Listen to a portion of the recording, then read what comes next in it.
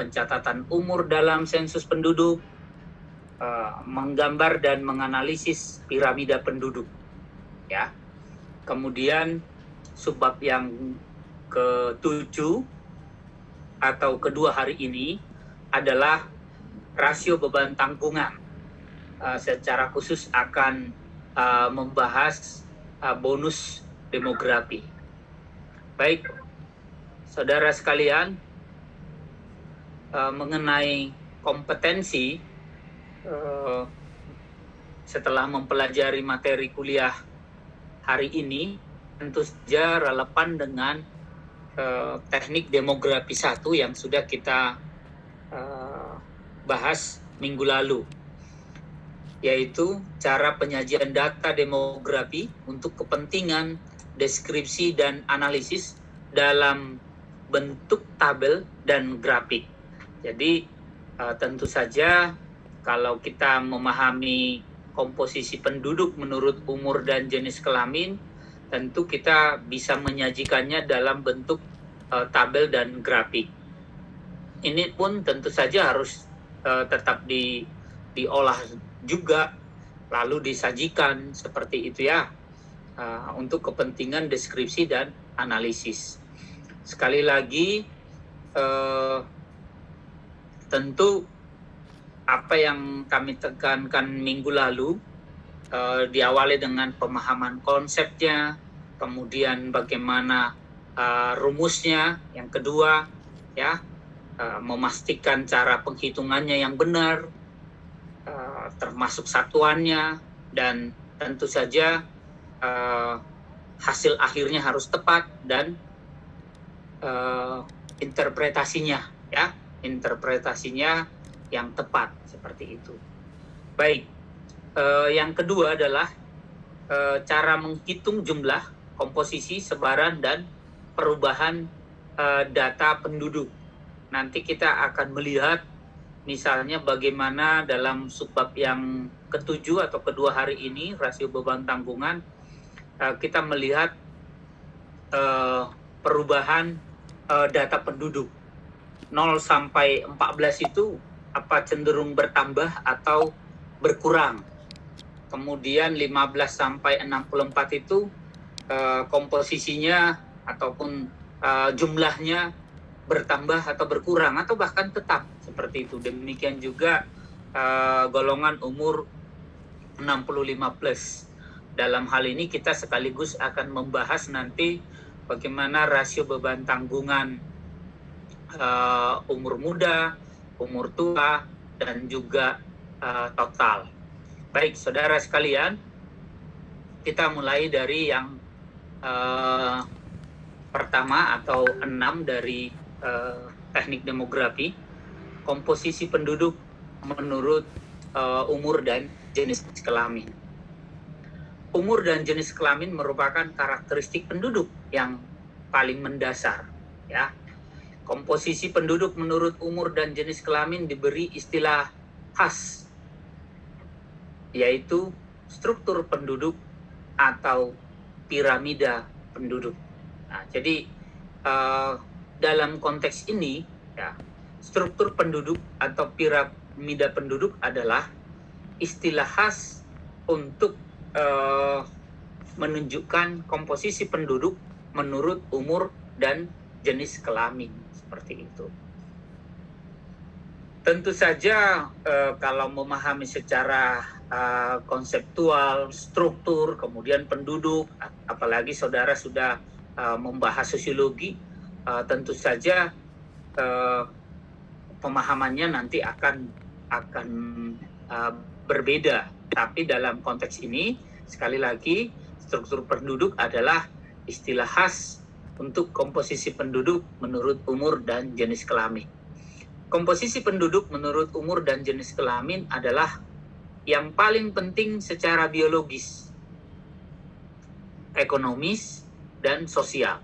Misalnya dapat dikaitkan dengan angka-angka kematian, ya, angka-angka kematian, angka kelahiran, rasio beban tanggungan, dan sebagainya. Nah, saudara nanti bisa melihat ini kalau dalam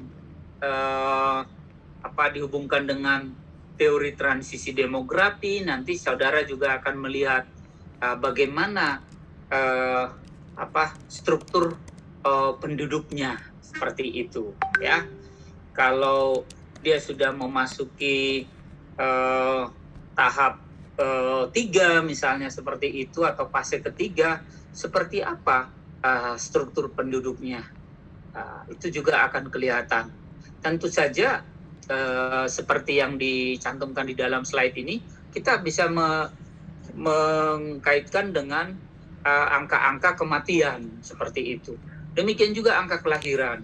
Bagaimana kalau piramidanya seolah-olah menuju piramida terbalik seperti itu. Lahirnya kecil, ya, kemudian golongan umur 59 dan seterusnya semakin besar jumlahnya gitu, ya. Itu juga akan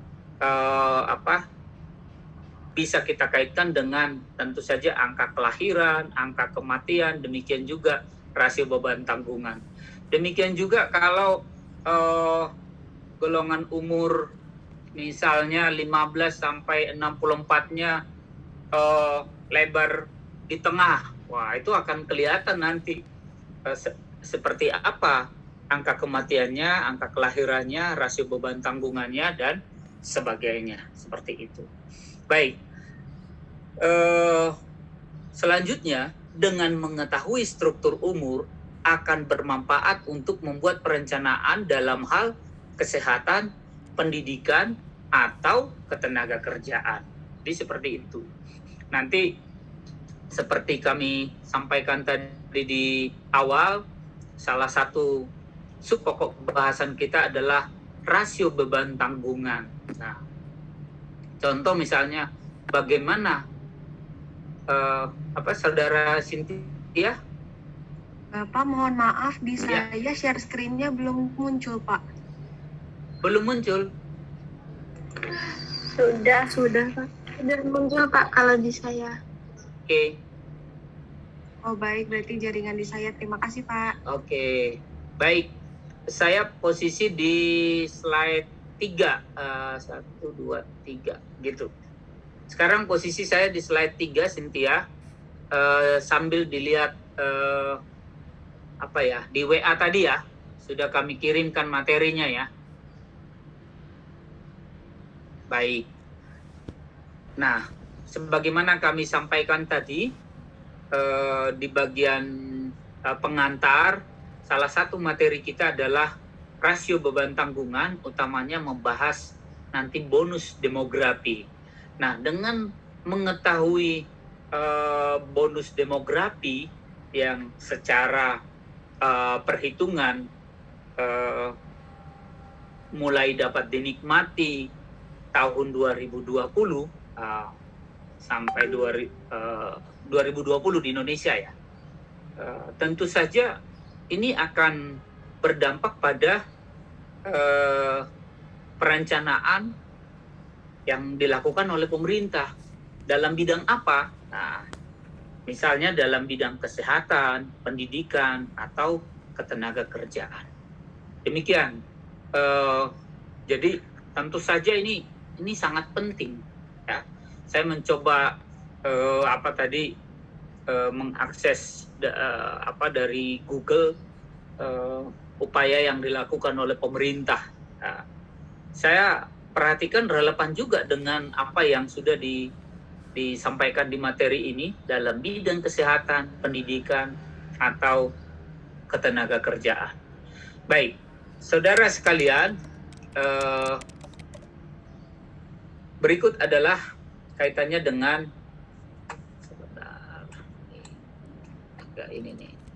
masih tentang komposisi penduduk menurut umur dan jenis kelamin ya. Kemudian perbedaan angka rasio jenis kelamin menurut umur di suatu daerah dipengaruhi oleh tingkat kematian, migrasi neto. Nah, ini sudah diperhitungkan ini migrasi migrasi masuk berapa, migrasi keluar berapa. Itu kalau sudah berbicara migrasi neto, ya. Dan peperangan, ya. Secara normal perempuan hidup lebih lama dari laki-laki. Nah, dan kematian bayi laki-laki lebih besar dari bayi perempuan. Nah, angkanya berapa, Pak? Nah, mungkin bagi yang penasaran ini bisa langsung mengakses nanti materi kita tentang fertilitas. Tetapi kalau ini secara normal hidup lebih lama dari laki-laki, kalau saudara melihat angka usia harapan hidup, nah itu di tabel-tabel kuliah sebelumnya atau praktikum sebelumnya kan sudah kelihatan itu, ya. Perempuan hidup lebih lama dari laki-laki. Usia harapan hidupnya kalau di Indonesia saja termasuk data dunia itu 2 tahun lebih lama usia hidup perempuan dibanding dengan laki-laki, ya. Demikian juga dengan kematian bayi laki-laki dan lebih besar dari bayi perempuan. Kalau saudara perhatikan rasio jenis kelamin yang saudara hitung dari materi praktikum, hampir semuanya 100, ya. 99, sekian atau 101 seperti itu, ya. Artinya jumlahnya relatif sama, padahal faktanya kematian bayi laki-laki lebih besar dari bayi perempuan. Nah, nanti kalau kita pelajari nanti angkanya sebenarnya, ya, jumlah rasio jenis kelamin saat lahir itu adalah di angka 105. Kalau saat lahir, ya, artinya harusnya RJK kalau kematian bayi laki-laki dengan bayi perempuan diasumsikan sama, artinya RJK penduduk Indonesia misalnya mestinya di angka 105, tetapi faktanya tidak, lebih kurang 100 seperti itu. Artinya jumlah laki-laki dan perempuan itu relatif sama seperti itu. Nah, kalau datanya nanti kita akan bahas di fertilitas, ya. Tapi sebagai info awal buat saudara, RJK saat lahir itu adalah di angka 105. Sedangkan RJK sekarang ya lebih kurang di angka 100. Jadi saudara bisa memastikan ini kematian bayi laki-laki lebih besar dari bayi perempuan.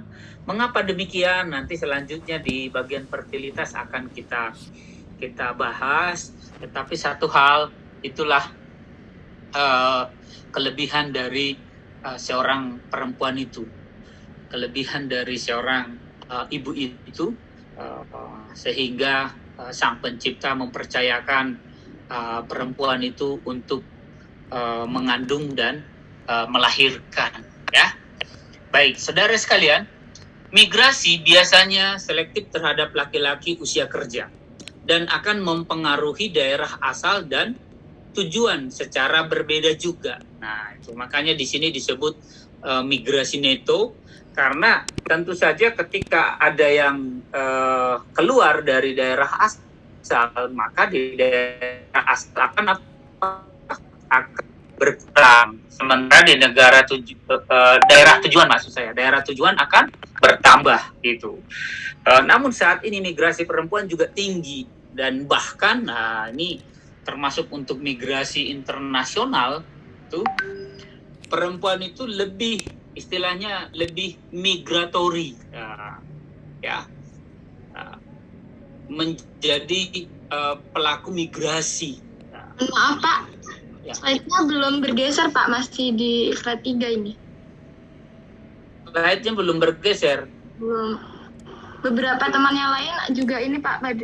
Oke, saya coba lagi ya. Banyak yang hitam Pak katanya. Banyak yang hitam. Nah, kalau sekarang sudah? Sudah Pak. Sudah ya. Tadi sudah ya. Kalau pas di sini nggak ada masalah tadi. Tidak ada Pak. Oke. Tapi sebagian tadi ada yang hitam. Oh, sebagian ada yang hitam ya. Baiklah. Sekarang di slide ini eh, tadi ya penjelasan saya sebelumnya ada di slide ini kaitannya dengan kematian bayi laki-laki lebih besar dari bayi perempuan tadi. Tadi saya juga sudah menjelaskan bagaimana RJK saat lahir itu ada di angka 105. Padahal faktanya kalau saudara perhatikan RJK penduduk kita hanya lebih kurang di angka 100 ya. Jadi kalau kita lihat paling ini angka 101 atau 102. Padahal RJK saat lahir itu justru 105 gitu ya. Tentu nanti akan kita bahas lebih banyak di bagian fertilitas. Demikian juga dengan migrasi, saudara sekalian, ini pun nanti ada satu bahkan dua pertemuan kita tentang migrasi internal antar daerah di dalam satu negara, itu disebut dengan migrasi internal, dan migrasi internasional melewati batas-batas wilayah negara. Nah, itu disebut dengan migrasi internasional. Dulu ya selektif terhadap laki-laki usia kerja seperti itu. Namun sekarang perempuan bahkan lebih migratori dibanding laki-laki ya, utamanya untuk migrasi internasional ya. Makanya banyak sekali tenaga kerja Indonesia itu adalah perempuan, tentu perempuan usia kerja juga. Kemudian perang akan mempengaruhi terutama kelompok penduduk laki-laki muda. Jadi kalau di suatu negara nanti terjadi perang, umumnya laki-laki muda ikut berperang, maka ya kalau berperang implikasinya atau konsekuensinya mengalami kematian seperti itu, maka struktur penduduk itu nanti bisa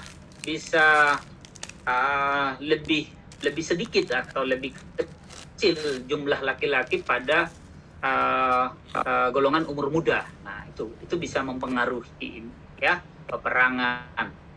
Kemudian ini sudah ganti slide sekarang.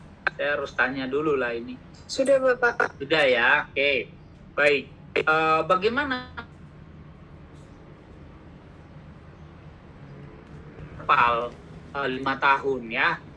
Pak, kenapa bukan 0 sampai 5, Pak?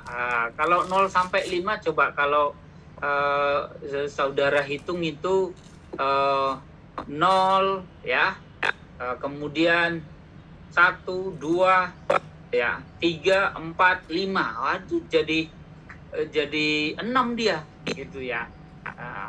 Itu. Jadi ini ada hubungannya nanti pembulatan umur di ulang tahun terakhir ya.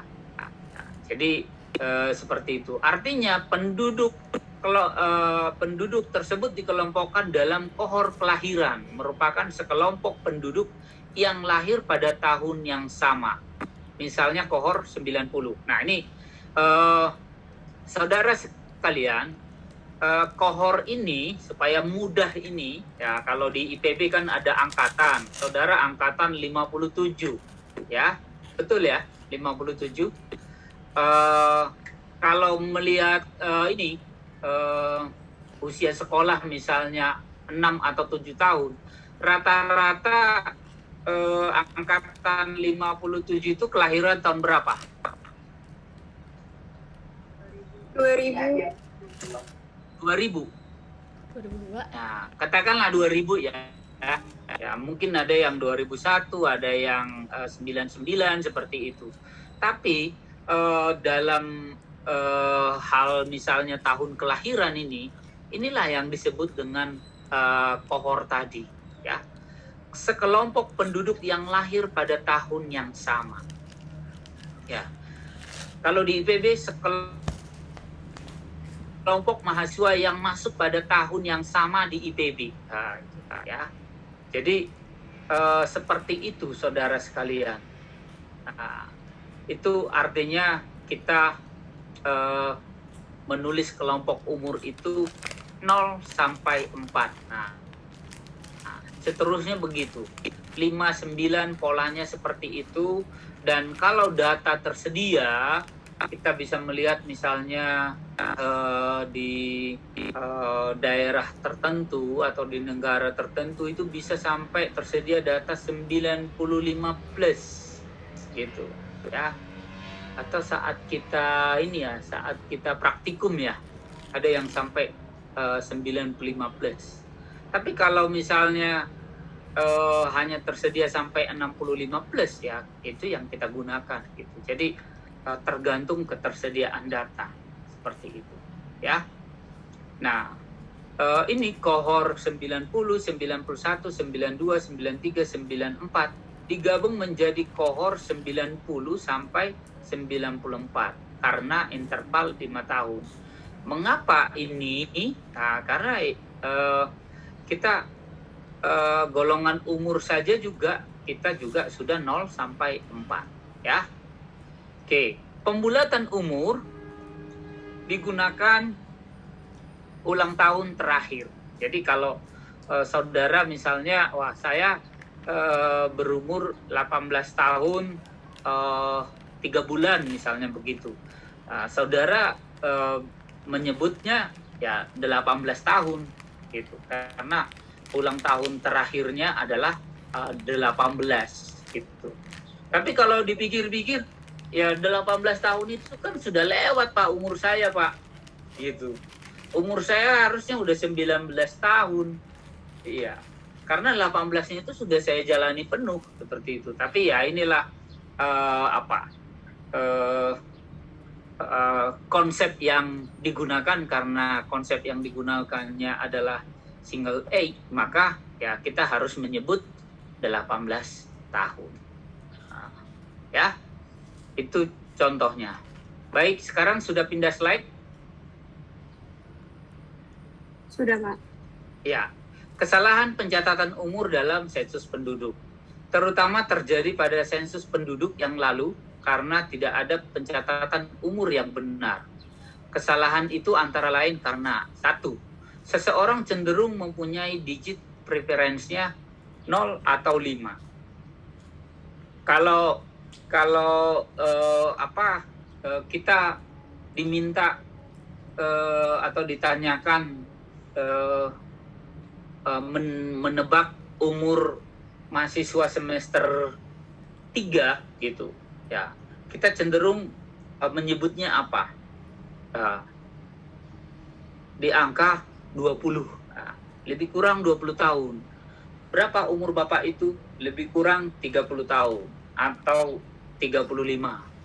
Nah, lulusan sarjana misalnya fresh graduate misalnya seperti itu 25 misalnya seperti itu. Ini memang ada digit preferensinya, ada ini. Ya. Golongan remaja mengaku lebih tua. Gitu. Dan yang tua mengaku lebih muda. Nah, ini sering terjadi nih. Ya.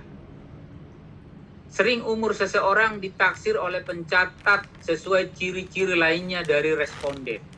Misalnya, seorang wanita yang sudah kawin paling sedikit berumur 16 tahun.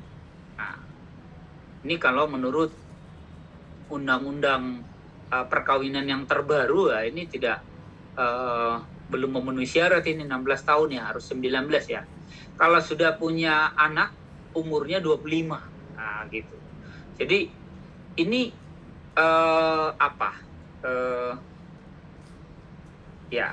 cara menaksir, menduga umurnya itu ya ada kecenderungan seperti ini.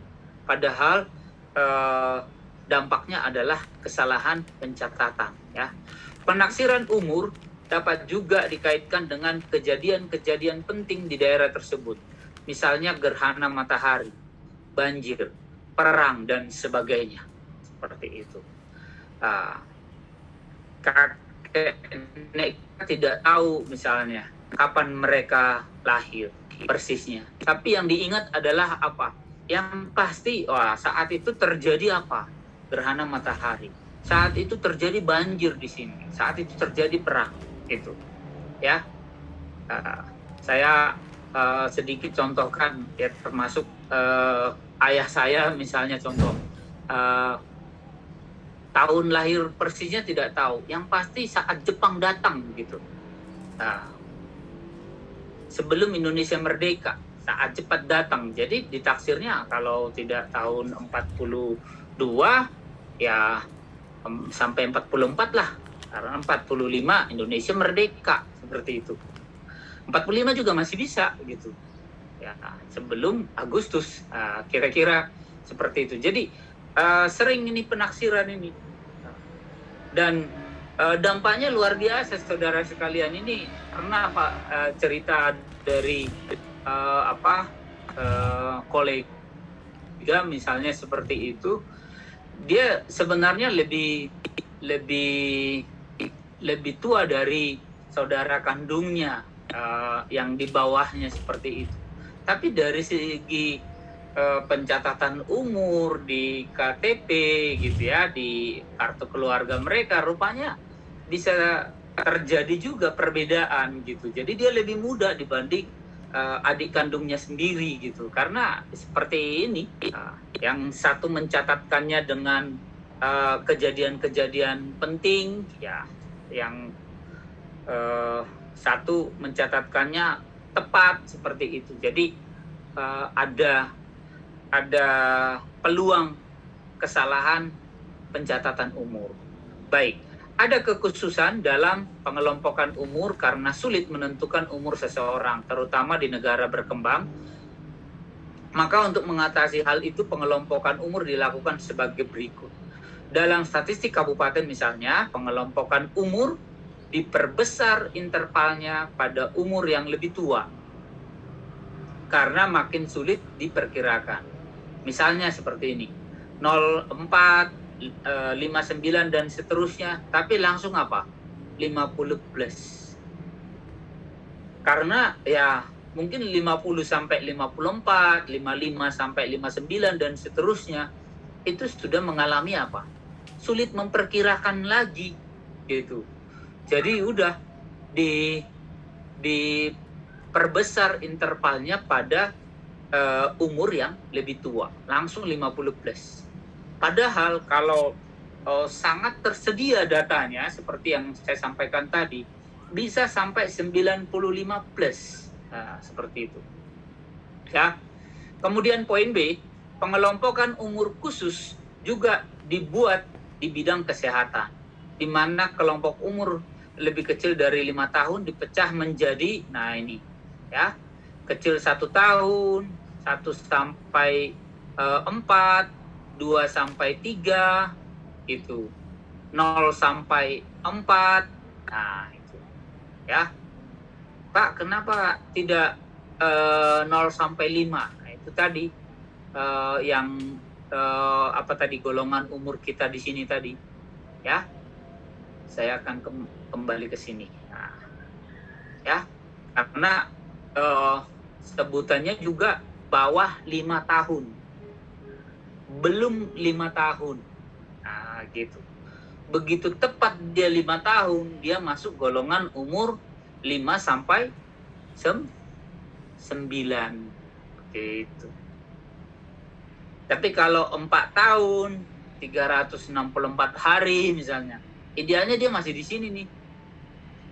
Ya. Gitu. Kemudian poin C, pengelompokan umur berdasar produktivitas kerja. Nah, ini wah, kalau begitu hitungan rasio beban tanggungan kita itu ya berdasarkan ini. Ya. Produktivitas kerja.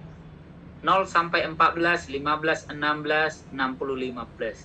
Walaupun sebagaimana kita sampaikan pada kuliah minggu lalu, tetap ada kelemahannya, ya. Tetap ada kelemahannya, ya. Secara fakta 0 sampai 14 dan 65 plus, mereka dari kategori ini termasuk tidak produktif, tetapi faktanya mereka produktif secara ekonomi. Nah, ya, ini contohnya tidak perlu saya ulang ya. Oke, Nanti kita akan membahas ini. Kemudian berikutnya adalah saya sudah pindah slide lagi nih. Komposisi umur sangat tergantung pada proses demografi yang terjadi. Nah, jika angka kelahiran tinggi, maka struktur umur muda akan terjadi. Nah, kalau angka kelahiran tinggi nih, nah maka bawahnya kan lebar nih, bawahnya lebar, gitu ya. Maka struktur umur muda, nah, artinya struktur umur muda golongan umur berapa itu atau apa kriterianya? Masih ingat? Kalau struktur umur muda, intermediate, tua gitu. Masih ingat? Kalau Coba muda Ai. kurang Ya. dari 20. Iya. Kalau intermediate 20 sampai 29. iya. Tua 30 ke atas. 30 ke atas. Begitu saudara sekalian. Nah, jika kematian tinggi, maka akan menurunkan penduduk yang merayakan ulang tahun berikutnya. Gitu. Nah, artinya jika sama seperti tadi lah, saya hubungkan ke yang tadi karena kita cerita laki-laki dan bayi laki-laki lebih besar jumlah kematiannya dibanding bayi perempuan. Sama seperti tadi, kalau RJK lahirnya adalah 105 dan kematiannya rendah, maka ulang tahun pertama itu, ulang tahun kedua, maka akan di angka 105 misalnya seperti itu. Asumsinya angka kematiannya 0 misalnya seperti itu. Ya. Tapi kalau angka kematiannya tinggi, maka yang berulang tahun pertama saja sudah, karena masih di bawah 1 tahun, masih bayi gitu, meninggalnya, maka akan berkurang dari 105 menjadi 100 gitu. Nah, ini contohnya. Jika migrasi masuk naik, maka kelompok umur tertentu akan menjadi besar. Gitu. Jadi kalau saudara perhatikan data kita minggu lalu, sebaran penduduk Indonesia gitu kan, dari sensus ke sensus, itu mengapa di provinsi-provinsi baru, nanti termasuk Kalimantan Utara kalau saudara melihat misalnya, atau di daerah-daerah transmigrasi seperti itu, kelompok umur tertentu itu besar gitu. Karena apa? Banyak migrasi masuk. Kalau migrasi masuk, syaratnya sebagai peserta transmigrasi misalnya seperti itu, yang sudah menikah dan berkeluarga, maka golongan umur 20 sampai 50 lah misalnya seperti itu, itu akan lebih besar dia. Tentu akan mempengaruhi komposisi penduduk seperti itu, ya. Tadi juga dikatakan peperangan. Nah, ini tidak perlu saya ulang lagi ya. Kemudian biasanya komposisi penduduk menurut umur digabung dengan komposisi penduduk menurut jenis kelamin dalam satu piramida. Itu. Ya. Dia digambarkan dalam satu piramida. Nah, slide berikutnya ini akan lebih teknis lagi. Piramida penduduk menggambarkan secara grafik batang komposisi penduduk menurut umur dan jenis kelamin. Saya langsung masuk dulu ke gambar piramida ini. Saya contohkan di sini grafik tunggal dan grafik ganda ini supaya memperkenalkan dulu nih. Ini maksudnya adalah 0 sampai 5, 5 sampai 9 dan seterusnya ya. Golongan umur sebenarnya ini ya. Kemudian di sini laki-laki, ada perempuan seperti itu ya. Nah, kita masuk ke teknisnya bagaimana membuatnya. Sumbu horizontal menunjukkan jumlah atau persentase perempuan dan laki-laki dalam setiap kelompok umur, ya. gitu. Sumbu horizontal menunjukkan jumlah atau persentase perempuan dan laki-laki dalam setiap kelompok umur. Sumbu vertikal. Penduduk laki-laki di kiri, perempuan di kanan. Penduduk dalam angka mutlak atau persentase, di mana jumlah semua kelompok umur dalam piramida penduduk sama dengan 100% penduduk. Nah, ini harus saudara lakukan ini. Jadi harus bisa nanti menggambarkan 0 sampai 4 laki-laki itu, ya. Kalau gambarnya itu misalnya ini harus menggambarkan dia per seluruh persen penduduk, artinya baik laki-laki maupun perempuan. Nah, ini saya pindah dulu ke sini. Artinya kalau misalnya ini katakanlah mencapai katakanlah 5% misalnya gitu, dia harus 5% dari semuanya gitu ceritanya, ya. Jadi itu maksudnya di sini penduduk dalam angka mutlak atau persentase, di mana jumlah semua kelompok umur dalam piramida penduduk sama dengan 100% penduduk. Jadi kalau ada satu grafik batang tadi misalnya seperti itu harus kelihatan nanti. Kalau dia persentasenya paling besar, jumlahnya paling banyak, itu harus kelihatan dia bahwa dia lebih lebar pas di golongan umur itu. Ya, karena apa? Karena dia dari 100% penduduk. Nah, dari 100% penduduk, bukan dari 100% penduduk laki-laki yang di kiri, bukan 100% dari penduduk perempuan yang di kanan, kira-kira begitu. Nah, piramida dapat menunjukkan data umur tunggal atau dalam kelompok umur. Ya, kalau tersedia umur tunggal itu akan bagus gitu. Tapi biasanya kelompok umur, ya. Tentu bisa 5 tahun, bisa 10 tahun, ya. Kohor baru, nah tadi kohor kita sudah belajar ya. Kohor baru dilahirkan dan muncul di dasar piramida, sementara kohor di atasnya pindah ke atas. Nah, itu kalau ibaratnya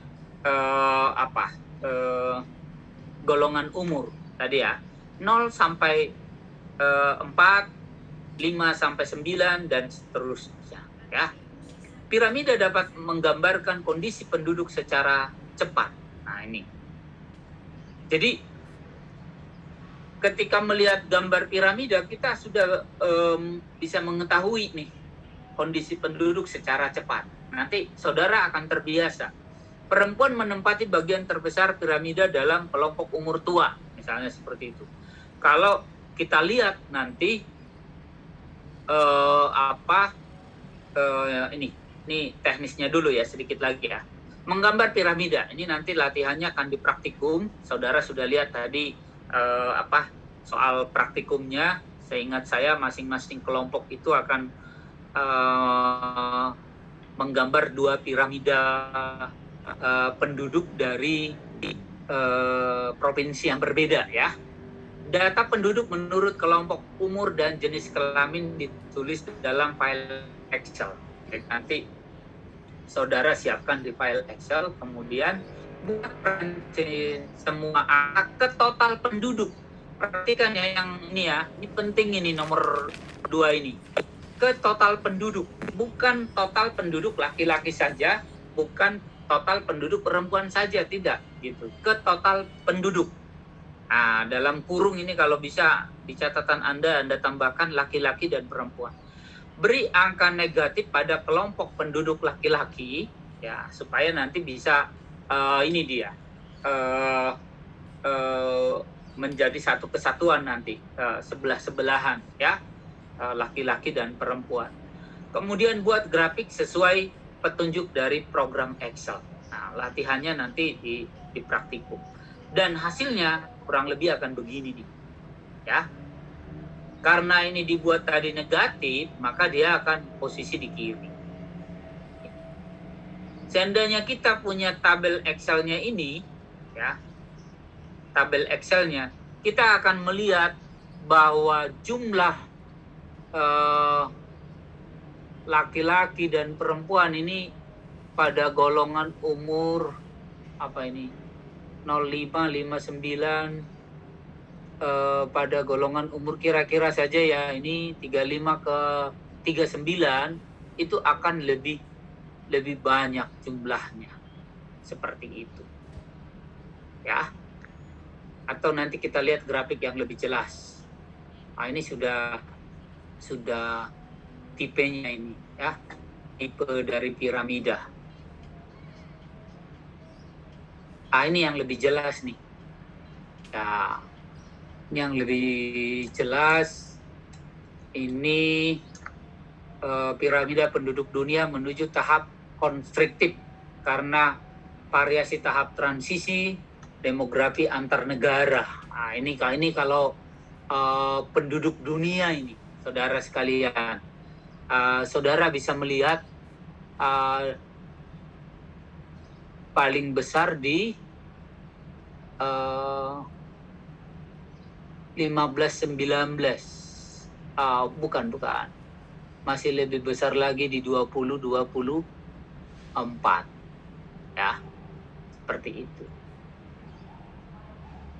Ini lebih jelas saya lihat itu. Nah, oke, sangat tergantung kita mau melihat tahun berapa gitu ya. Di sini ada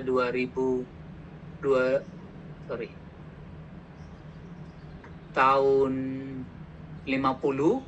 Yang ini nih, perhatikan ini. Tahun 2010. Ini masih kita lalui ini. Nanti ke depan 2050. Nanti 2100 itu ya, masih ingat kan 2100 berapa perkiraan rate pertumbuhan penduduk 2100? Ada yang ingat? 0, kuliah kita itu minggu lalu. Rate pertumbuhan penduduk dunia tahun 2100 diperkirakan 0, %, per tahun. Ada yang ingat? 0,1 ya. Wah, kalau soal kuis sudah ini nih. 0,1. Ya, jadi kalau saudara melihat ini di tahun 2100 sudah akan begini nih penduduk ini nih. Dan di sini akan lebih besar lagi. Artinya kalau melihat ini usia harapan hidup akan bertambah ini. Ya. Nah, tentang piramida kita ini, saya kembali sekarang ke slide yang masih teknis ini. Ya, teknis. Di sini akan kita lihat perempuan menempati bagian terbesar piramida dalam kelompok umur tua, misalnya gitu. Saya kembali ke tadi yang dunia tadi. Lihat nih bagaimana nih. Wah, ini kan kelihatan ini. Usia harapan hidup penduduk perempuan itu lebih tinggi. Nah, saudara bisa melihat kan ini jumlahnya jauh lebih banyak. Gitu. Ya.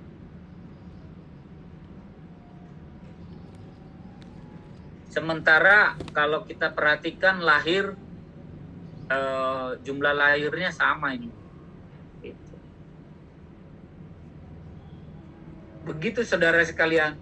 Jadi dengan melihat piramida, kita dapat segera mengetahui gambaran kondisi penduduk secara cepat.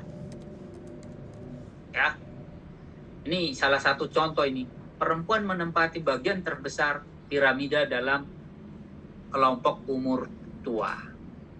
Itu. Ini teknisnya, cara membuatnya tadi. Kemudian ini penyajiannya. Ya, kalau saudara lihat ini Ini Jepang misalnya 1903, 50 dan 2000 ini ada 3 ini ya. Perhatikan di sini yang biru itu 1903 ya. Dan mereka sekarang ada di, perhatikan,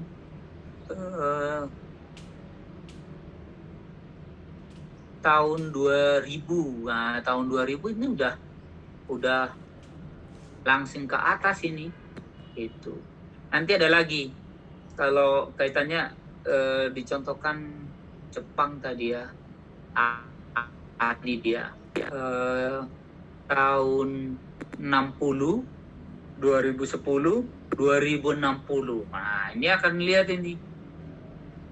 Bagaimana nih mendominasi.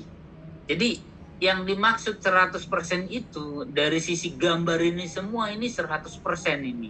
Itu ceritanya nih, ya.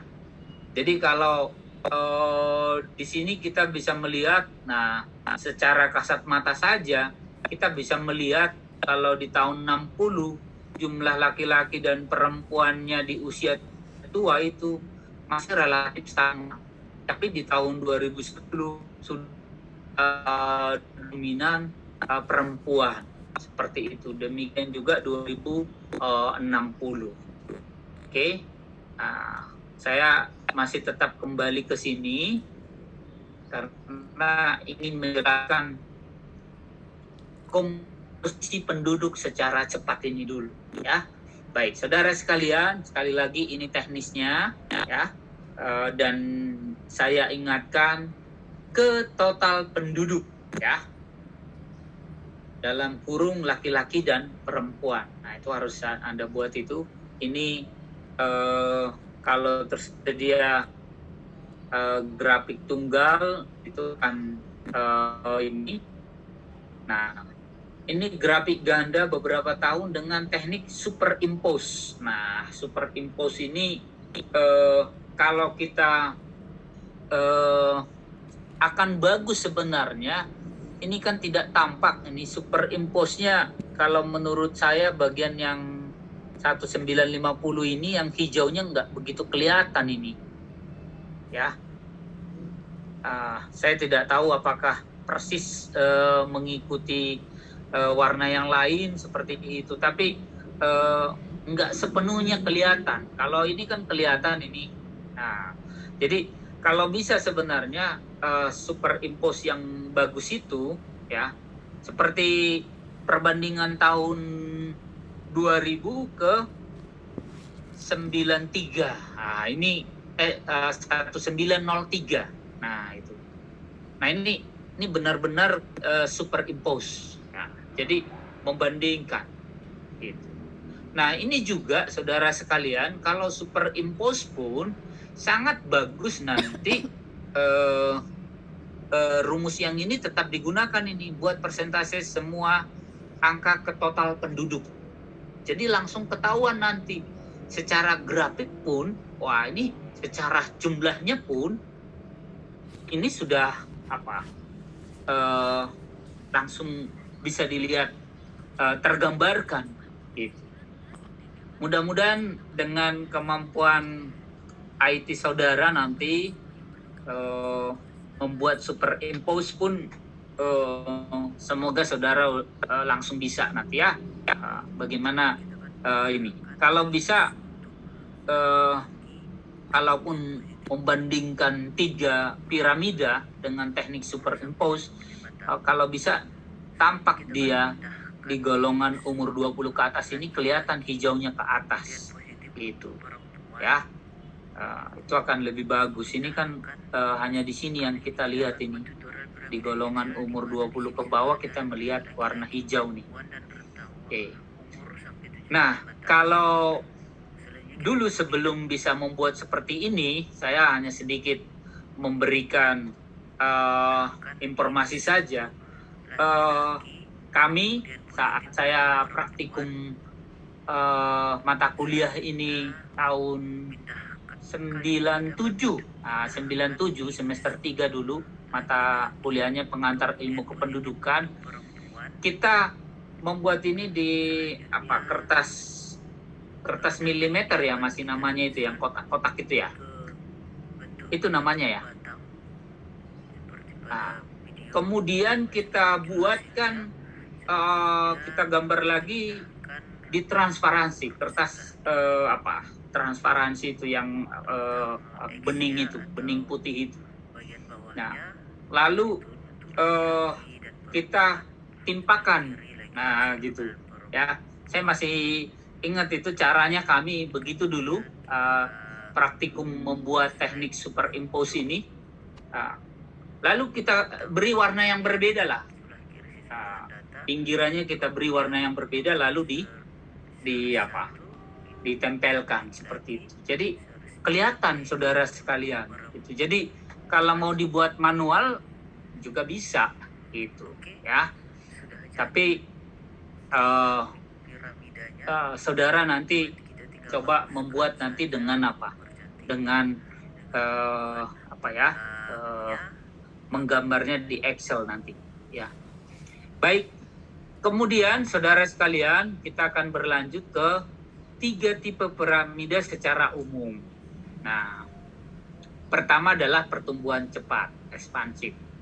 Ditunjukkan oleh piramida yang memiliki persentase penduduk muda yang besar. 0 sampai 5 itu lebih banyak dibandingkan dengan 0 sampai 4. Nah, saya salah tadi. 0 sampai 4 lebih besar jumlahnya dibandingkan 5 sampai 9. Ya, 5 sampai 9 lebih besar jumlahnya dibanding 10 sampai 14 dan seterusnya. Inilah ekspansif itu. Ya. Ya. Ditunjukkan oleh piramida memiliki persentase penduduk muda yang besar. Nah, ini. Artinya saudara sekalian, dengan melihat begini, saudara bisa memberikan kesimpulan tadi seperti di slide ini tadi ya. Perempuan menempati bagian terbesar piramida dalam kelompok umur tua. Nah, kalau di sini apa yang bisa Anda bandingkan? Gitu. Paling tidak cerita 3 lah secara ini. Kelahirannya seperti apa, kematiannya seperti apa, satu lagi rasio beban tanggungannya perkiraannya berapa gitu. Itu ya. Nah, contoh lagi nih. Pertumbuhan lambat. Nah, kalau pertumbuhan lambat ini konstruktif ya. Dicerminkan oleh piramida dengan proporsi kelompok umur muda yang mengecil. Nah, di sini justru kecil. Gitu. Ya. Ini konstruktif ini. Nah, lihat ini. Nah, yang zero growth, nah ini langsing dari golongan umur muda sampai ke atas. Nah, ini dia.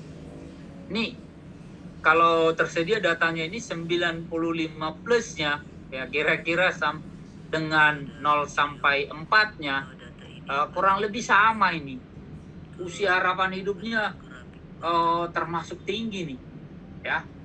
Ditunjukkan dalam piramida secara kasar jumlah yang sama pada seluruh kelompok umur, meruncing secara bertahap dalam usia tua.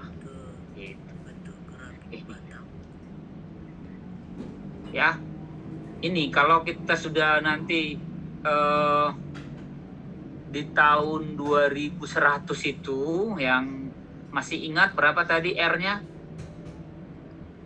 0,1. 0,1. Nah, ini kurang lebih ini sampai di umur inilah ya, bisa kita katakan sampai di umur 64. Nah, ini bisa dikatakan ini sama ke atas gitu. Apalagi di perempuan bisa boleh dikatakan ini sampai umur 70 lah gitu. Masih begini dia langsing ke atas. Karena apa? Sudah mendekati ya, bahkan sudah bisa dikatakan zero growth itu 0,1% itu sudah sangat mendekati gitu. Nah, itu saya kembali lagi ke 3 piramida ini. Nah, jadi langsung relatif sama kelompok umur, meruncing secara bertahap dalam usia tua, ya. Gitu. Nah, di sini secara bertahap dia, kalau saya kembali lagi ke gambar piramida penduduk dunia ini, nah disinilah baru dia meruncing, ya, di 100 plus. Itu. Baik, saudara sekalian, saya kembali lagi ke sini, ya, ada 3 tipe nih. Nah, kira-kira Indonesia masuk yang mana ini kalau saudara melihat ini?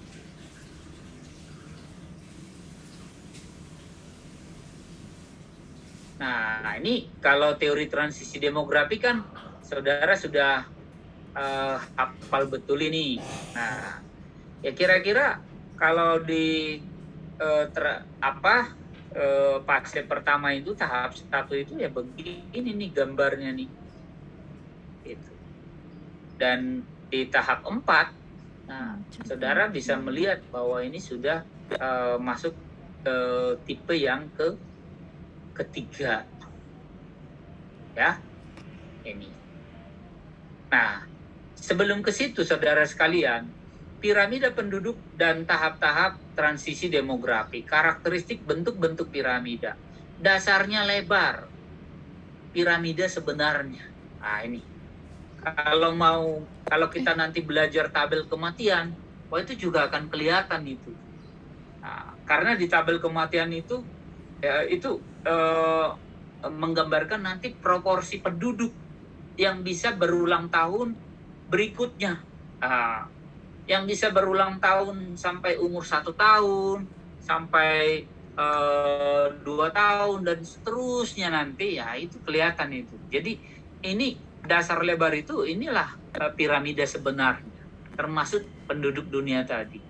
Tengahnya lebar, buncit dengan dasar agak lebar. Nah, itu bentuk tungku atau botol. Piramida terbalik. Tentu beda piramida, dinamikanya beda. Ya. Kita bisa melihat ini. Nah, ini beda piramida, dinamikanya beda. Itu.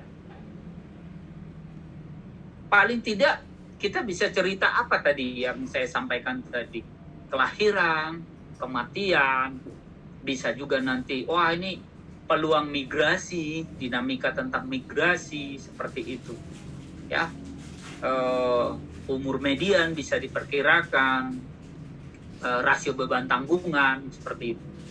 Piramida penduduk negara-negara maju sudah mencapai tahap stasioner, tahap transisi baru, dengan jumlah penduduk yang makin kecil. Sedangkan piramida penduduk negara-negara berkembang masih menuju tahap konstruktif. Tahap transisi demografi bervariasi dengan jumlah penduduk makin besar. Nah, jadi saudara bisa melihat bagaimana negara-negara berkembang itu, bagaimana negara-negara maju itu ya berbeda. Beda tipe beda tipe juga, bentuk beda, dinamikanya beda. Ya. Paling tidak tadi menggambarkan apa? Kelahiran, kematian, rasio beban tanggungan. Bisa juga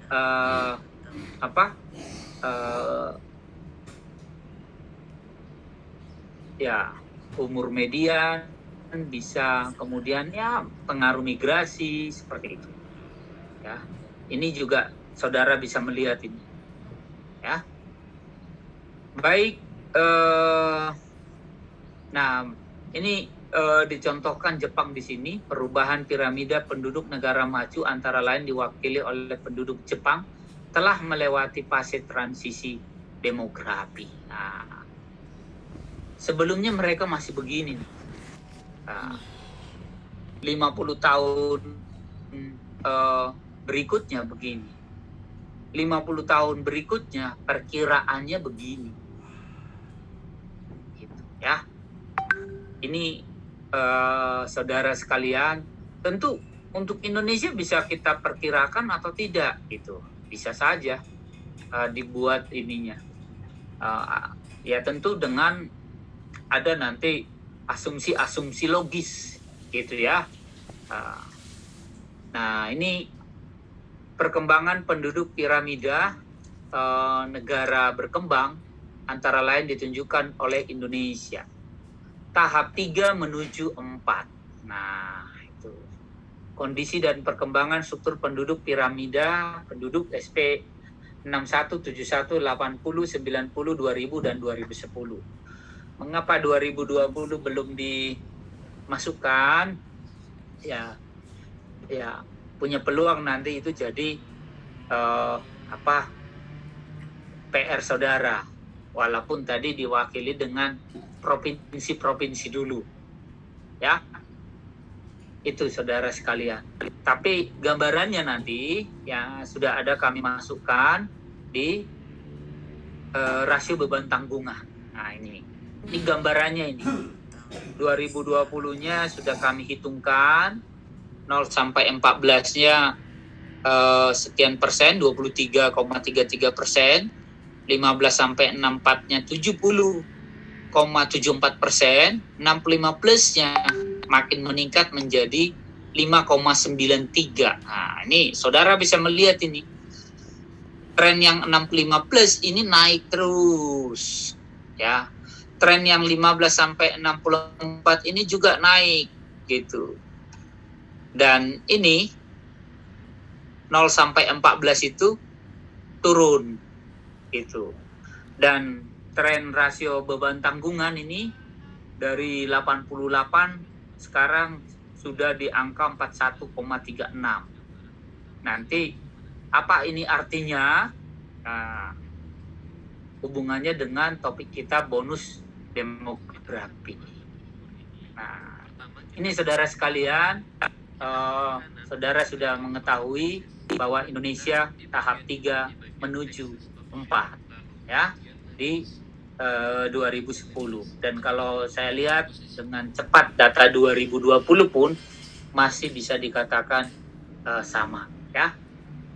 Oke, ini penduduk Indonesia mirip Jepang di tahun 1950.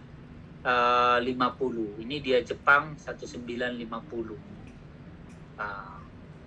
Nah, kalau melihat seperti itu, apakah padahal Jepang 50 tahun berikutnya tadi ya.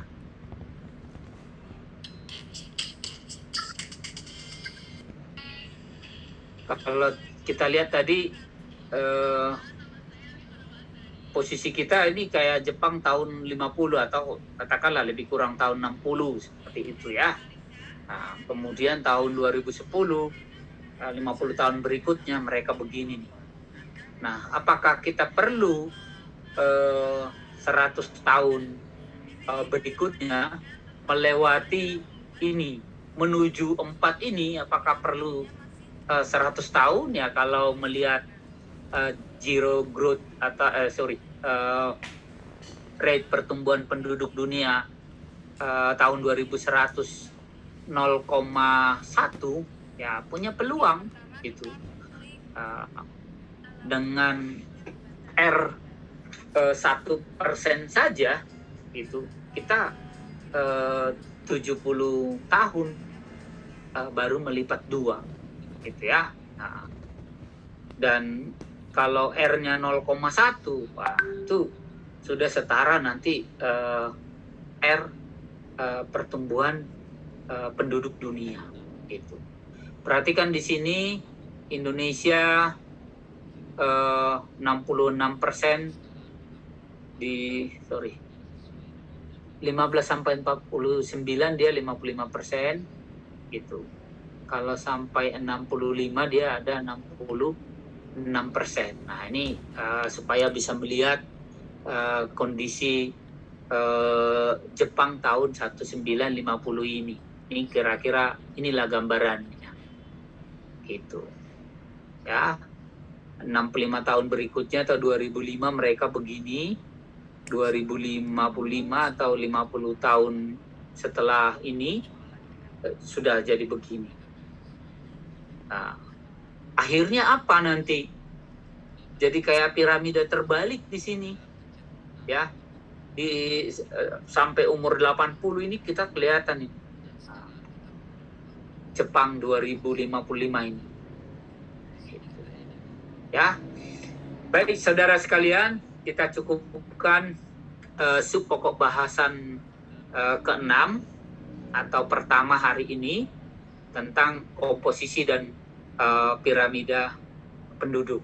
Nah ini saya kira tentang rasio beban tanggungan tidak akan panjang lagi saya sampaikan supaya kita nanti bisa berdiskusi. Baik saudara sekalian, ini menunjukkan seberapa banyak penduduk produktif menanggung penduduk yang tidak produktif. Nah, rasio ini didapatkan dengan membandingkan jumlah penduduk tidak produktif antara lain usia kurang dari 15 dan lebih besar dari 64 tahun atau 65 plus. Nah, sama itu. Dengan penduduk produktif usia 15 sampai 64 tahun. Terdapat 3 jenis rasio beban tanggungan. Ini ada rasio beban tanggungan penduduk muda, rasio beban tanggungan penduduk tua, dan rasio beban tanggungan total.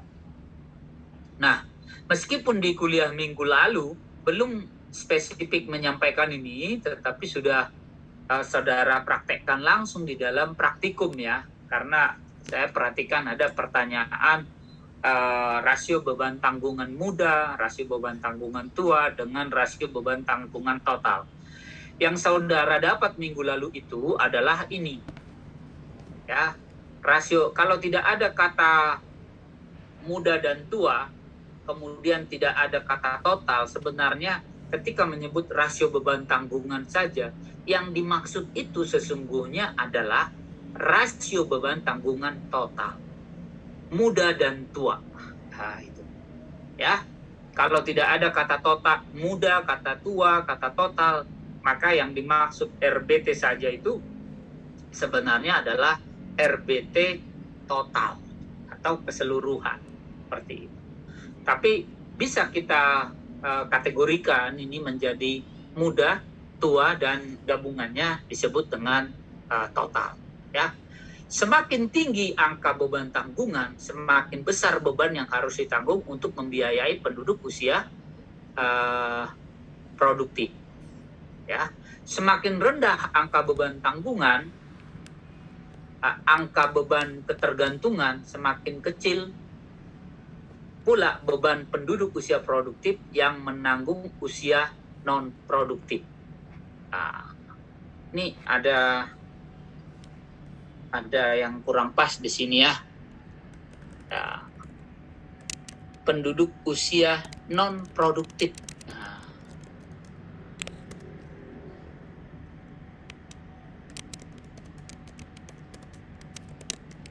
Non produktif ini. Nih, ya. Bagian yang ini diralat teman-teman ini ada satu kata ini kurang ini. Saya kurang cermat, saya diminta mengedit ini. Ya, di sini ada sedikit yang kurang. Jadi untuk yang ini, kalimat yang ini saya bacakan ya. Semakin tinggi angka beban ketergantungan, semakin besar beban yang harus ditanggung untuk membiayai penduduk usia non produktif. Nah, slide yang ini saya ralat ya. Nah, gitu. Jadi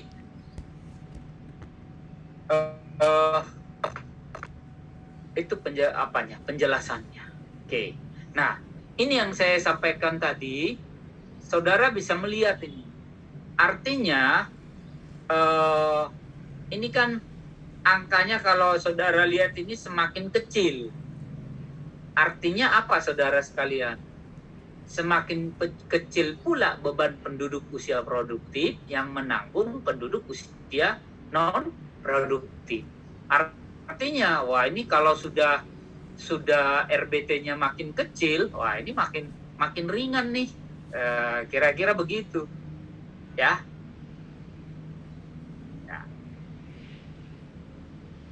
Tapi mengapa ini makin kecil? Tentu ada hubungannya dengan kelompok umur 0 sampai 14 itu jumlahnya juga apa? Berkurang. Nah, kalau ini lihat nih, tahun 71 44%. Ya. Bisa dikatakan ini ya hampir sebanding dengan 64 gitu. Maka RBT-nya mencapai di angka sekitar 89 gitu. Ya. Gitu. Nah, beda dengan sekarang sudah di angka 41. Nah, ini artinya apa, saudara sekalian? Bonus demografi, bonus atau peluang yang dinikmati suatu negara sebagai akibat dari besarnya proporsi. Perhatikan proporsi penduduk produktif, ya.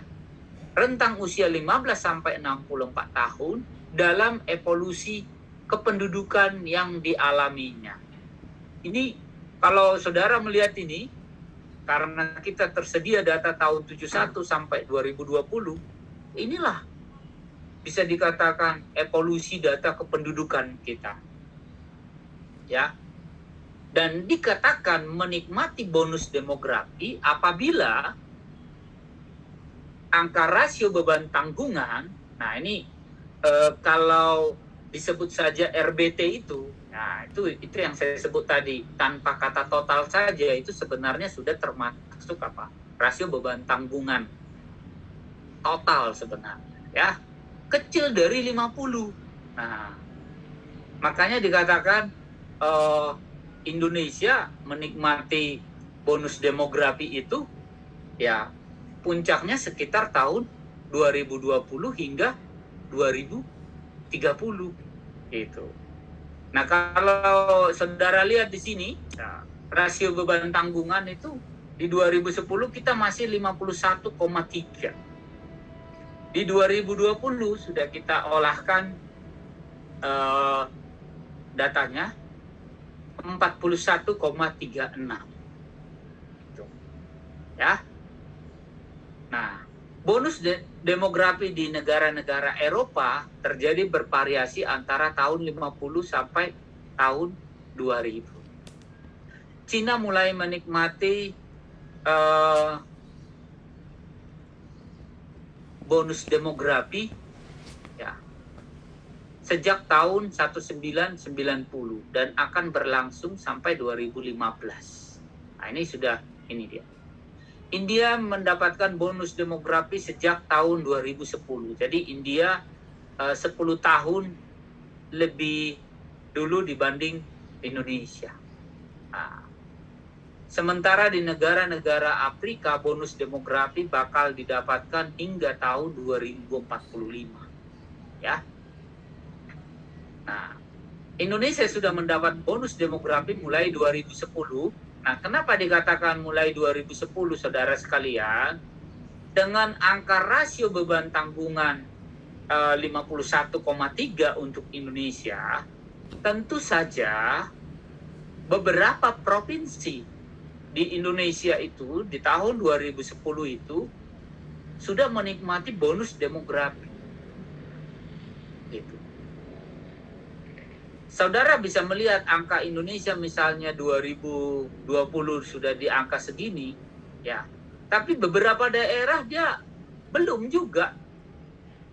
Bisa jadi angkanya juga masih di atas 50 gitu.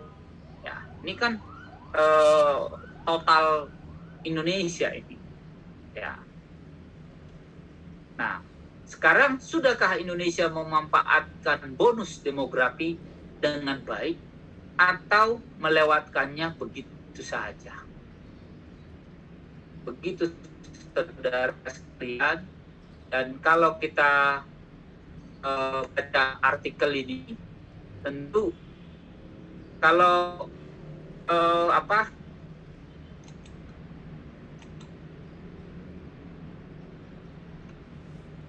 bacaan ini bisa dilihat nggak oleh Anda? Belum Bisa. terlihat Pak, masih di slide. Masih di slide saja ya? Iya Bapak. Oke, setelah diklik belum langsung kelihatan ya. Jadi kalau saya baca di sini ya memang pemerintah berupaya untuk memaksimalkan pemanfaatan bonus demografi itu. Di sini disebutkan peningkatan kualitas penduduk melalui intervensi kesehatan dan pendidikan. Nah itu contoh saja itu. Nah sekarang mari kita diskusi. Ada lebih kurang waktu 20 maksimal 25 menit. Kalau ada pertanyaan atau apa pemikiran saudara kaitan dengan bonus demografi tadi. Konsep saudara sudah tahu, hitungannya juga sudah tahu mengapa disebut menikmati bonus demografi, karena usia produktif itu lebih besar dari usia non produktif, dan dilihat dari angka rasio beban tanggungannya sudah lebih kecil dari 50, dan angka untuk 2020 adalah 41,3 seperti itu. Sekarang mari kita diskusi. Ada pertanyaan atau ada gagasan Anda terkait bonus demografi tadi, saya persilahkan.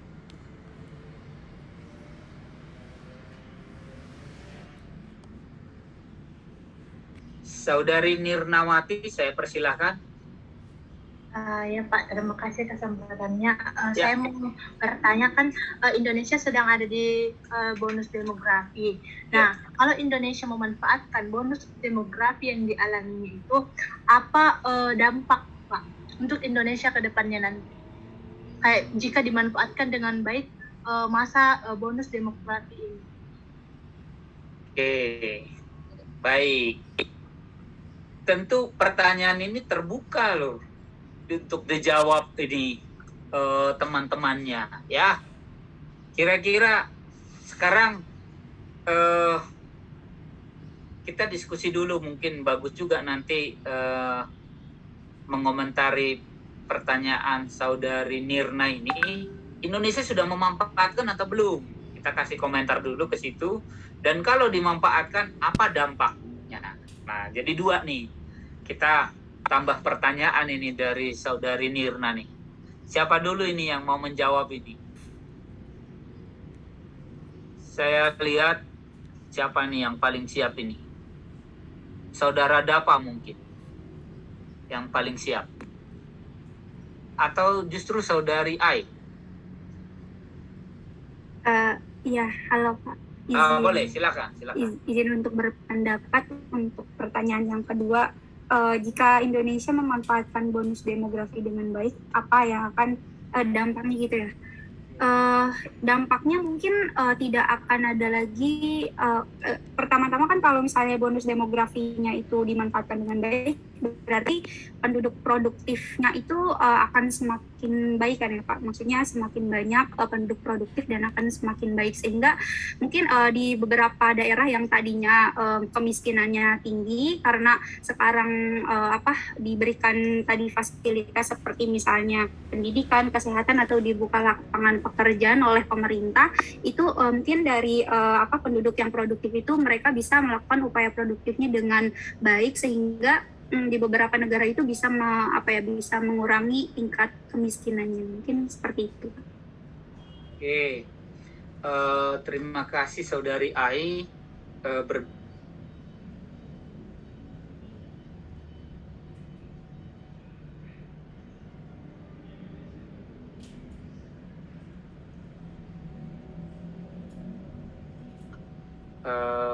Angka kemiskinan yang makin menurun tadi ya. Saya kira sangat bagus ini apa yang disampaikan oleh saudari Ai ini. Baik, ada lagi yang ingin berkomentar dulu sebelum saudari Kansa berkomentar atau bertanya ini? Berkomentar, Pak. Oke, silakan. Senang saya kalau sudah raise hand. Silakan. Kalau menurut saya,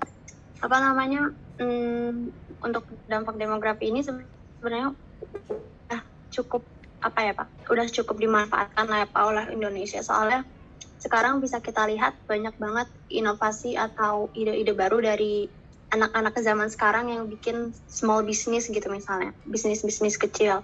Cuman mungkin kurang efektif aja Pak, soalnya belum merata. Makasih Pak. Oke, masih kurang efektif, belum merata. Akan tetapi sudah mulai dimanfaatkan dan dampaknya sudah mulai dirasakan gitu ya. Baik, berikutnya saudari Sipa bertanya atau berkomentar ini? Ingin berkomentar, Bapak. Silakan. Baik, terima kasih atas kesempatannya. Jadi, menurut saya, cara memanfaatkan bonus demografi ini sudah cukup efektif menurut saya. Karena untuk saat ini pemerintah sering menggalakkan tentang masalah kesehatan, baik itu kesehatan mental maupun kesehatan fisik, dengan banyaknya seperti BPJS ditingkatkan lagi dan juga asuransi-asuransi yang lainnya.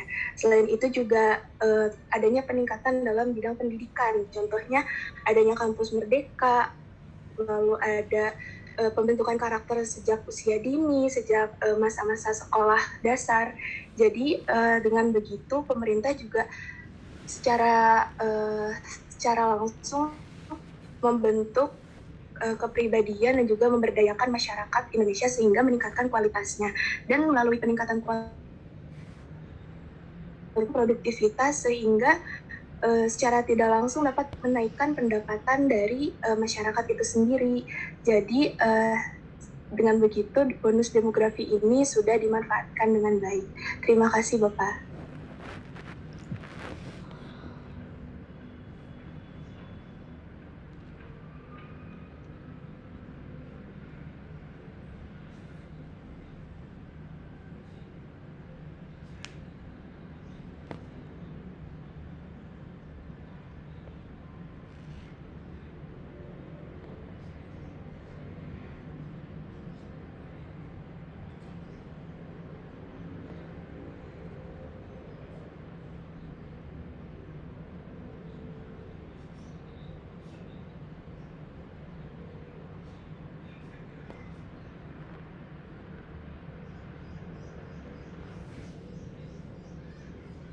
Halo, kelempar ya Bapaknya?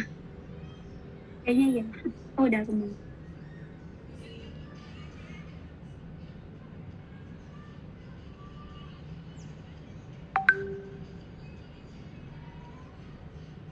Pak, mohon maaf masih di mute. Ya, saudari Sipa, saya tadi berakhir di kata itu kualitas tadi. Oh, baik Bapak. Saya izin mengulangnya Pak. Iya, kualitas pendidikan kalau nggak salah tadi. Ya. Oh, baik. Menurut saya pemanfaatan bonus demografi ini disalurkan melalui peningkatan kualitas pendidikan yang mana diadakannya program penunjang pendidikan seperti adanya program pembentukan karakter sejak usia dini ataupun sekolah dasar, juga adanya beasiswa-beasiswa yang diberikan pemerintah, adanya kampus merdeka yang memberikan pengalaman dan juga meningkatkan soft skill dari para mahasiswa ataupun para siswa yang ada di Indonesia. Selain itu juga dari hal tersebut dapat terciptanya masyarakat yang lebih produktif sehingga memiliki keahlian pada bidangnya ataupun pada minatnya, dan melalui itu juga dapat meningkatkan pendapatan baik untuk masyarakat itu sendiri dan juga secara tidak langsung meningkatkan pendapatan nasional di Indonesia. Begitu Bapak. Terima Baik, kasih. alhamdulillah ini pemikirannya sudah komprehensif ini ya. Benar tadi kalau berbicara dampak itu hubungannya dengan kesejahteraan, indikatornya tadi teman Anda membicarakan kemiskinan, Saudari Ai, kemudian Saudari Sipa ini menambahkan dengan pendapatan seperti itu. Baik, berikutnya Saudari Kansa juga tadi sebelumnya sudah menyampaikan pendapat ya. Selanjutnya apakah Cynthia dulu atau Pitra Nuril ya? Ini soalnya di seingat saya tadi Cynthia, Dian, baru Pitra. Saya persilakan lah. Cynthia dulu, baru Dian Asfi, baru Pitra Nuril. Silakan. Ya, terima kasih Pak. Sebelumnya saya mau menanggapi dulu yang pertanyaan tadi. Jadi kalau Indonesia sudah bisa menerapkan bonus demografi dengan baik ini, bisa meningkatkan pertumbuhan ekonomi. Nah, terus saya mau tanya sih Pak, apakah ada dampak negatif dari bonus demografi ini? Misal, kan banyak penduduk yang produktif, tapi seperti yang kita tahu banyak usia produktif, tapi masih banyak juga yang nggak bekerja gitu Pak, walaupun usianya produktif tapi pada kenyataannya masih nggak bekerja gitu. Mungkin ada dampak-dampak negatif lainnya gitu. Oke, baik. Tentu sambil kita jawab nanti ini ya, saya beri kesempatan dulu kepada Saudari Dian. Baik, terima kasih atas kesempatannya. Izin menanggapi tentang apakah Indonesia sudah memanfaatkan bonus demografi dengan baik atau belum.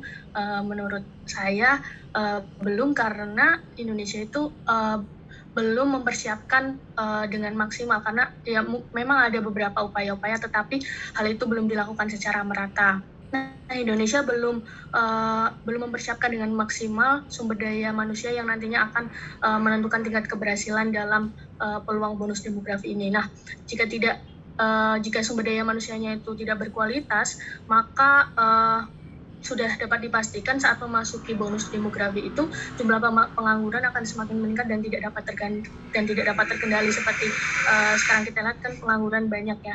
Nah, jadi Indonesia itu belum maksimal dalam memanfaatkan bonus demografi, dan itu dapat mengakibatkan berkurangnya pendapatan sebagai akibat dari ketidakseimbangan antara kualitas sumber daya manusia dengan standar kualifikasi yang diperlukan.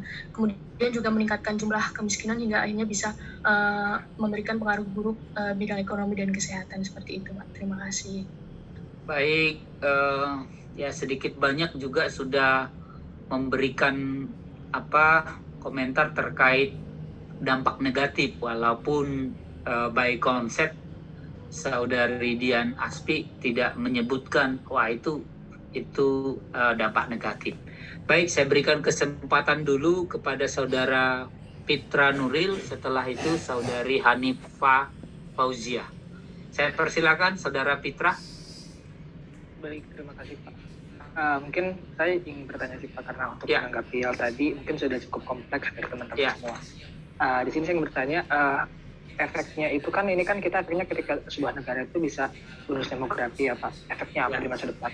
Nah terus pertanyaan saya adalah, ada beberapa negara yang saya pahami mereka memasuki masa di mana penduduk usia tua itu lebih banyak daripada penduduk usia muda. Namun mereka ini masih memiliki stabilitas dalam ekonomi, pendidikan, dan juga kemajuan ya dalam negaranya. Nah kira-kira korelasinya itu kenapa bisa hal itu terjadi? Padahal dalam teori bonus demografi kan kita tahu ya Pak, ketika sebuah negara itu memiliki penduduk lebih banyak daripada yang tua, maka pasti akan bisa lebih maju. Tapi ada negara yang berkebalikan dari hal itu. Itu kira-kira bagaimana ya pendapat Bapak? Terima kasih. Negara apa Saudara Pitra? Mungkin yang segitu saya pahami, mungkin Jepang kan mereka masih ada di tahap penduduk tua itu masih agak lebih banyak daripada yang muda ya Pak. Tapi dari segi kemajuan negara mereka masih tetap ada dalam kondisi maju seperti itu Pak. Oke, baik. Selanjutnya saya berikan kesempatan kepada Saudari Hanifah dan juga yang lain bisa sambil berkomentar juga pertanyaan Saudari Cynthia ataupun Saudara Pitra Nuril. Saya persilakan. Saya sebenarnya mau bertanya tentang teknik ya Pak. Oke, silakan. Bertanya juga boleh. Ya, piramida penduduk. Ya. Sebenarnya buat memastikan aja. Ya. Untuk menggambar piramida penduduk kan membuat persentase semua angka ke total penduduk. Nah, Ya. total penduduknya tuh apakah total keseluruhan penduduk atau jumlah laki-laki ditambah perempuan pada kelompok umur yang kita hitung, Pak? Pada kelompok gitu. Oke. Kelompok umur. Baik. Baik, terima kasih pertanyaannya. Ada yang ingin, kalau yang teknis ini nanti bisa saya komentar langsung. Tapi yang sifatnya pemikiran ini masih ada tadi yang belum spesifik terjadi dari saudari Cynthia dan juga Fitra Nuril. Ya. Ada yang mau berkomentar? Saya berikan kesempatan. Cynthia Simbolon mau komentar, mau tanya? Ingin berkomentar untuk Silakan. bagian Cynthia. Iya, silakan. Menurut saya dampak negatif dari bonus demografi ini permasalahan tenaga kerja yang semakin meningkat, artian jumlah tenaga muda produktif di Indonesia melimpah. Hal itu bisa berdampak pada pengangguran yang semakin meningkat gitu, dimana bisa kemungkinan lapangan kerja yang tersedia tidak bisa memenuhi tenaga kerja yang ada gitu Pak. Lalu yang terjadi berikutnya adalah ketidaksamarataan atau ketimpangan sosial yang terjadi di beberapa daerah di Indonesia.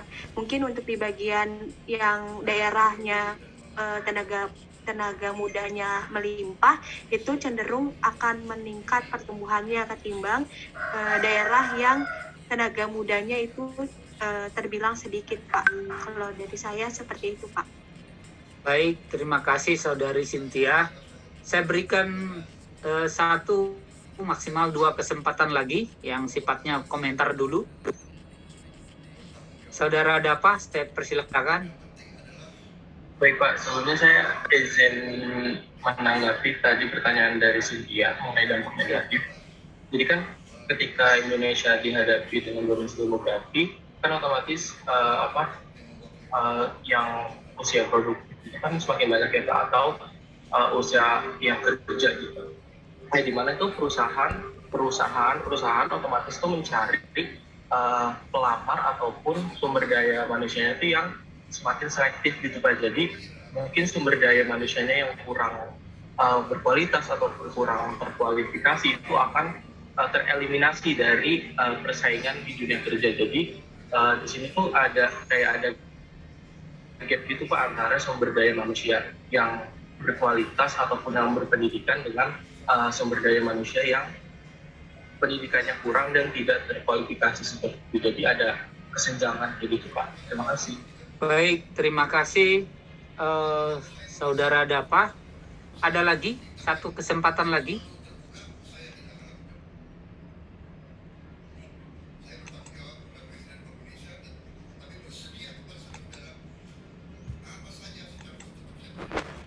Adakah?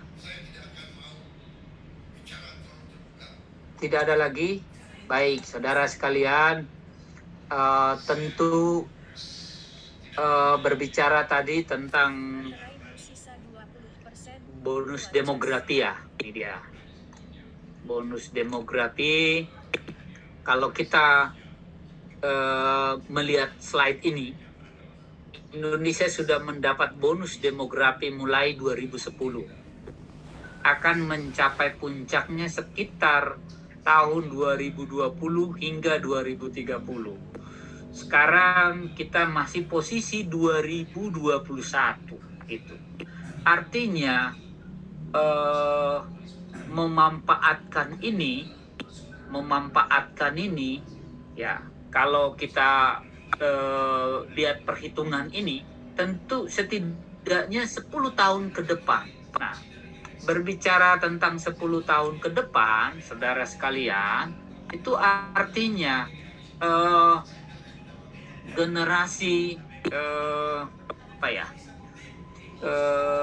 yang sekarang ini usia 5 tahun misalnya seperti itu, ini kan akan menjadi 5-10 tahun atau 5-9 sekarang, ini akan menjadi generasi yang produktif 10 tahun ke depan seperti itu. Jadi ini pun harus dipersiapkan seperti itu. Nah, mengapa tadi saudari Din menyatakan belum? Nah, ini belum dengan sedang, itu ya. Kalau saya melihat ya memang sedang memanfaatkan. Kalau dikatakan belum itu mungkin kurang cukup bukti kita menyatakan kalau belum. Tapi kalau sedang dan dengan catatan belum optimal, itu lebih logis kalau menurut saya dibanding kata belum gitu. Nah, tapi kalau belum dipersiapkan dengan baik, nah itu masuk akal gitu. Jadi kalau kita melihat ini 2010 sudah mulai menikmati, harusnya dari tahun 2000 ya 10 tahun sebelumnya itu sudah harus mempersiapkan. Padahal kita baru dengar cerita bonus demografi. Kalau saya nggak tahu, kalau saya sudah lama saya dengar istilah bonus demografi. Kalau Anda sendiri selain belajar kependudukan, kapan pertama Anda mendengar istilah bonus demografi? Saudari Ai misalnya, kapan pertama kali Anda mendengar istilah bonus demografi? Nggak apa-apa kalau memang baru kuliah kependudukan, Pak, misalnya seperti itu. Nggak masalah. Saya pernah pas PPKU, Pak. Tapi lupa mata kuliah apa. Iya, pas PPKU. Artinya kan baru tahun 2020. Seperti itu. Padahal Indonesia menikmati bonus demografi katanya 2010. Pada saat Anda masih kelas berapa SD itu? 2010 kelas berapa SD itu? Kelas 3 atau kelas 4 itu? Kayaknya kelas 4 deh, Pak. 4 ya, Pak? Kelas 4, seperti itu. Nah, itu dia. Jadi, kalau misalnya itu dari pada saat Anda kelas 4 tadi itu, ya. Jadi, secara umum kira-kira begitulah. Nah, yang Fitra tadi, tentu saja kalau dicontohkan Jepang tadi, ya, kalau kita lihat piramidanya Jepang 2010, mana tadi Jepang 2010? Nah ini 2005 misalnya seperti itu. Nah kalau berbicara tentang kesejahteraan, ya, di negara maju pun tetap saja ada sekian persen penduduk yang kurang sejahtera, ya, penduduk miskin itu selalu ada. Jadi tentu saja harapannya kalau sudah memanfaatkan bonus demografi, sudah termasuk negara-negara maju, idealnya kesejahteraannya semakin baik. Tetapi tentu hubungannya juga dengan apa? Dengan sumber daya alamnya. Tapi kalau Jepang saya kira dicontohkan tadi, menurut saya kurang tepat juga seperti itu. Karena bagaimanapun kesejahteraan itu kalau kita lihat negara Jepang sekarang termasuk kategori negara maju gitu. Bahkan salah satu dari negara-negara di Asia yang termasuk negara maju, ya, karena kuliah kita minggu lalu kecuali Jepang, gitu kan, negara-negara berkembang kecuali Jepang, artinya Jepang termasuk negara maju. Kemudian yang teknis tadi dari saudari siapa tadi, lupa saya, Anipa ya, ya Anipa gitu, itu dari total gitu, supaya tadi yang saya katakan tadi, ketika itu digambarkan, itu adalah gambaran 100%-nya gitu.